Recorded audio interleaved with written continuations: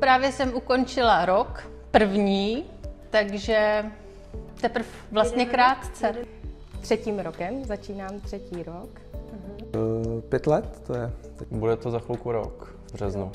Ten rok utek ani nevím jak vlastně, protože toho bylo spousta, co jsem se musela naučit a vlastně ještě pořád je.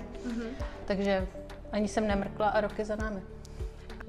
Zatím za ten rok, co tady jsem, nebo na celý rok, tak musím říct, že jako tady je jako super parta lidí, nebo mi to aspoň tak jako přijde, že tady funguje tak jako hezky. Dobře, i když člověk prostě něco řeší, tak má nějakou jako podporu, což je fajn, že prostě přece jenom, když potom je to rozdíl dejme tomu nějaký velký korporátu proti menší firmě, že tam je právě ten lidský přístup, což se mi líbí.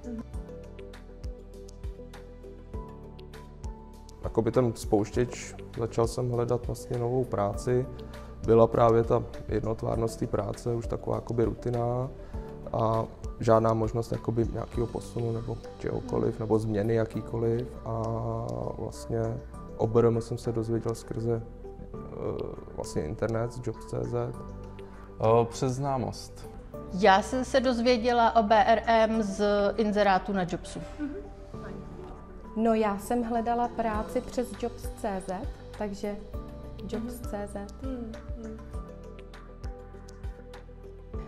Ano, mám srovnání. Navštívila jsem 2 firmy, BRM a jednu nejmenovanou, tu jako první a odtamtud jsem teda odcházela jako spráskaný pes s pocitem, že se mi asi nepovede najít novou práci. A když jsem přišla do BRM, tak to ani nevím, jestli můžu říct, že mě doma až a manžel musel uklidňovat, ať nejsem tak nadšená. Ale to je jako opravdu pravda, jo. Tak to tam stejně nemůžeš teď dát. Mně se líbil moc ten přístup. My jsme si tady hrozně hezky popovídali. Nejen o práci, popovídali jsme si opravdu moc hezky a já jsem věděla hned, že by se mi to líbilo. Takže když potom zavolali, že sice nedopadla ta práce, kvůli který jsem byla na pohovoru, ale že by mi našli jiný pracovní místo, tak jsem byla fakt nadšená. A měla jsem pocit, že jsem i chtěná.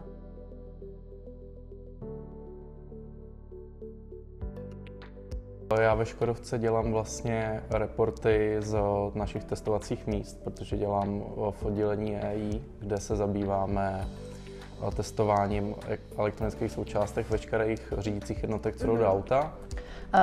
Náplní mojí práce je vlastně podpora jakoby administrativní mých škodováckých kolegů, aby byli připraveni na všechny možné porady a podobně. Dělám jim zápisy z grémií a co je potřeba, které máme. A pak různá operativa, která se naskytne a které není evidentně málo. Za poslední rok mám na starosti vlastně support podporu projektu ENIAC ve Škoda Auto. Jsem tam spokojený, můj setař, pro kterého dělám s mým kolegou, tak to je všechno v pohodě. No. Já dělám podporu modulovému koordinátorovi, to znamená příprava podkladů na jednání, zápisy z jednání a podobné věci.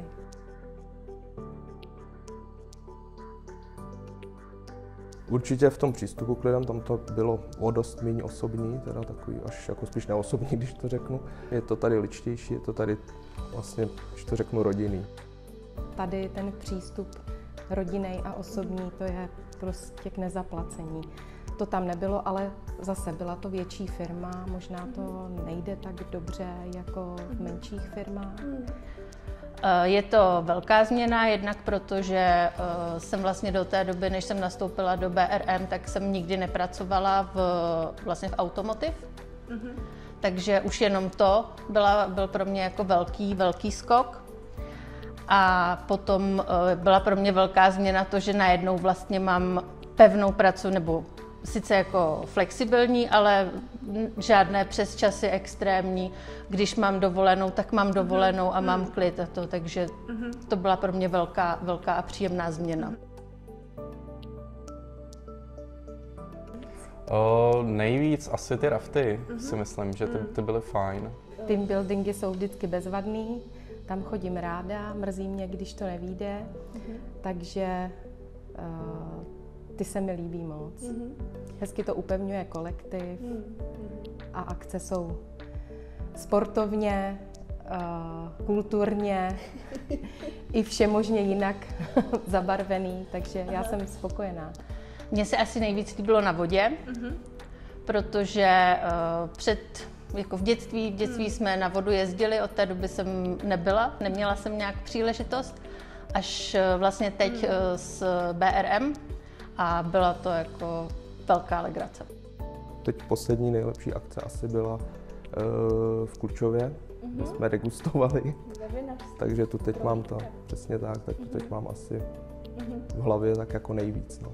Volejbal je taky dobrý, super, když se nikdo nezraní teda, teď už teda dlouho nebylo,